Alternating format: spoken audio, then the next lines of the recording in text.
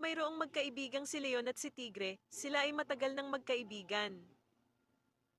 Subalit sa hindi inaasahan si Leon ay may nakitang babaeng tigre na nakapangpabighani sa kanya sa isang tingin pa lang. Sinabi niya ito kay Tigre.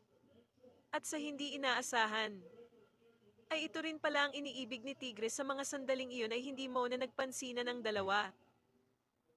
Pero sa pagkakataong ding iyon ay napag-isipan ni Leon na kung papatayin niya si Tigre ay wala na siyang magiging kaga pero nagdadalawang isip pa siya.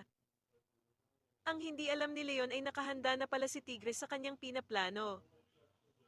Ang dalawang magkaibigan ay nag-away ng dahil lang sa iisang babaeng tigre. Gustuhin mang hindi na ituloy ni Leon ang plano para wala nang mangyaring masama sa kanilang pagkakaibigan ay huli na dahil nalaman na ito ni Tigre. At ayun nga, isang araw lumabas ng bahay ang babaeng tigre upang magpahangin lang muna.